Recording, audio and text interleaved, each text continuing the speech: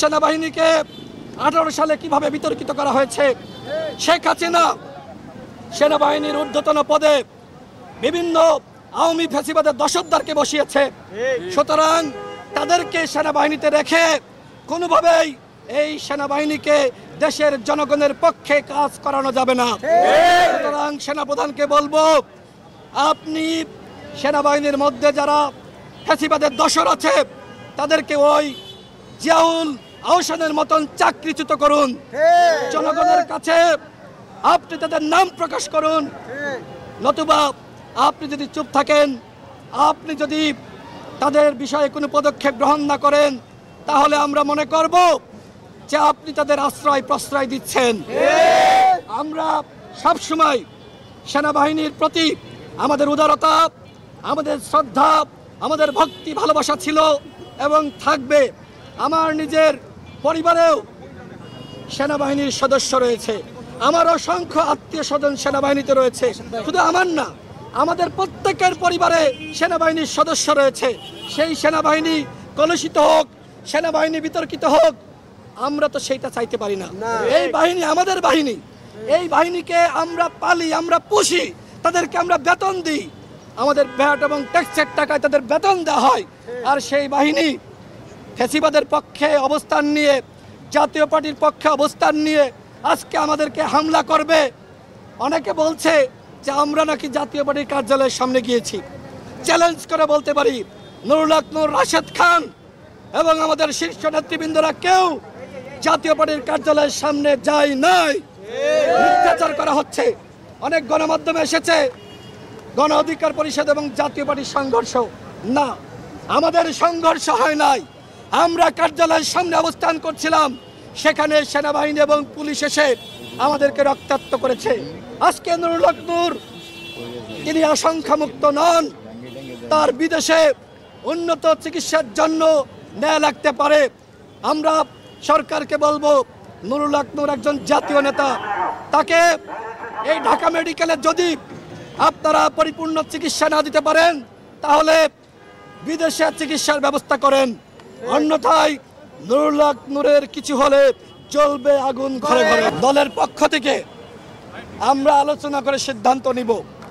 তবে গতকালই যখন প্রথম দফায় আমার উপর হামলা হয়, তখন আমরা পুলিশের ঊর্ধ্বতন কর্মকর্তাদের সাথে কথা বলেছি এবং আমরা জানিয়েছি আমরা মামলা করতে চাই। আমরা তাদেরকে জানিয়েছি গতকাল যেহেতু দ্বিতীয় দফায় আমাদের উপর যে হামলা হয়েছে, সেই হামলায় সেনাবাহিনী জড়িত এবং পুলিশেরও ভূমিকা ছিল। তবে সব থেকে বেপরোয়া আচরণ করেছে সেনাবাহিনীর কতিপয় সদস্য। সুতরাং তাদেরকে সেনা আইনে ব্যবস্থা নিতে হবে, লুকিয়ে লুকিয়ে ব্যবস্থা নিলে হবে না। গতকাল সেনাবাহিনীর পক্ষ থেকে যে বিবৃতি দেওয়া হয়েছে, আপনারা কিন্তু মিডিয়ার ভাইরা সেটি প্রচার করেন নাই, যে আমরা কিন্তু প্রতিক্রিয়া জানিয়ে সেনাবাহিনীর বিবৃতি আমরা প্রত্যাখ্যান করেছি। এবং এরপরেও সেনাবাহিনীর ঊর্ধ্বতন কর্মকর্তার সাথে আমাদের যোগাযোগ হয়েছে, তারা আমাদের সাথে কথা বলেছেন। আমি তাদেরকে স্পষ্টভাবে বলেছি, এই ঘটনার সাথে যারা জড়িত তাদেরকে অবশ্যই ব্যবস্থা নিতে হবে। আমরা অবশ্যই পুলিশের বিরুদ্ধে এবং সেনাবাহিনীর যারা ছিল তাদের নামে মামলা দিতে চাই। কিন্তু আমার প্রশ্ন হলো, সেনাবাহিনীর নামে কি থানায় মামলা নেওয়া হবে? গতকাল আপনারা দেখেছেন নুরুল হক নূরের উপর, আমাদের উপর যে হামলা হয়েছে, বিভিন্ন পেজ থেকে লাইভ করা হয়েছিল, সেই লাইভগুলো কিন্তু ডিলিট করে দেওয়া হয়েছে। ডিজিএফআই চাপ ছাড়া এই লাইভগুলো ডিলিট হতে পারে না।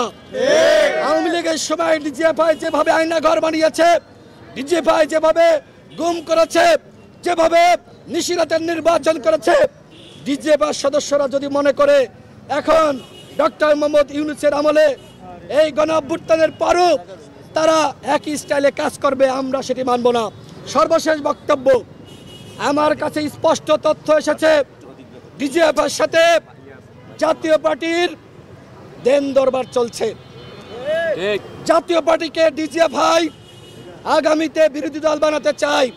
এই জন্য এই ডিজিএফআই গতকাল সেনাবাহিনীর মাধ্যমে জিএম কাদেরকে প্রোটেকশন দিয়েছে। জিএম কাদেরকে বলতে চাই, পিঠের চামড়া থাকবে না। তুমি যদি ডিজিএফআইয়ের ইন্ধনে আবারও রাজপথে নামো। তুমি যদি নির্বাচন করার চেষ্টা করো, জনগণ কিন্তু দাঁত ভাঙা জবাব দিবে। ডিজিএফআই বলেন, এনএসআই বলেন, ডিএসবি বলেন, গোয়েন্দা সংস্থা, আপনাদের খেলার দিন শেষ, এখন জনগণ খেলবে। আগামীতে আবার সুষ্ঠু নিরপেক্ষ নির্বাচন হবে। নির্বাচন নিয়ে তাল বাহানা চলবে না।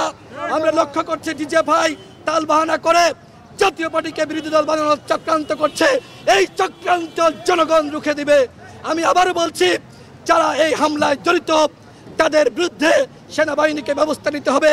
ডিএমপি কমিশনার আমাকে ইতিমধ্যে জানিয়েছে যে পুলিশের যারা জড়িত তাদের বিরুদ্ধে তারা ব্যবস্থা নেবে। আমি আবারও বলি, আমাদের উপর কিন্তু সেনাবাহিনী হামলা চালিয়েছে, পুলিশ বাহিনী হামলা চালিয়েছে। লাল শার্ট পরিহিত যে ব্যক্তি, সে সম্রাটের উপর হামলা করেছে, নুরুল হক নূরের উপর নয়।